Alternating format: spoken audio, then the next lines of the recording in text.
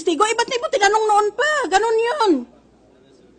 To be able to deserve your appearance fee, you have to prepare for every appearance in court. Ngayon, pantayin mo kami ng testigo mo. Masyado ka naman swerte sa buhay, hindi ginagawa yan in law practice, Ngayon ako nakakarinig itong mga milagro na ito. Maybe it is correct. Climate change has already changed everybody's heads. Because I feel like I've just been confronted by sinkhole. I've never heard this concept before in trial court.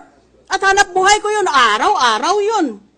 Sari-saring sinungaling narinig ko.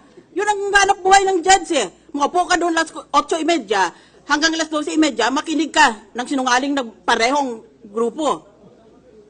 Kaya, magdesisyon kami sa impeachment court. If you are going to be allowed to rest, but without your reservation, or if you want to file a motion for everything to be suspended.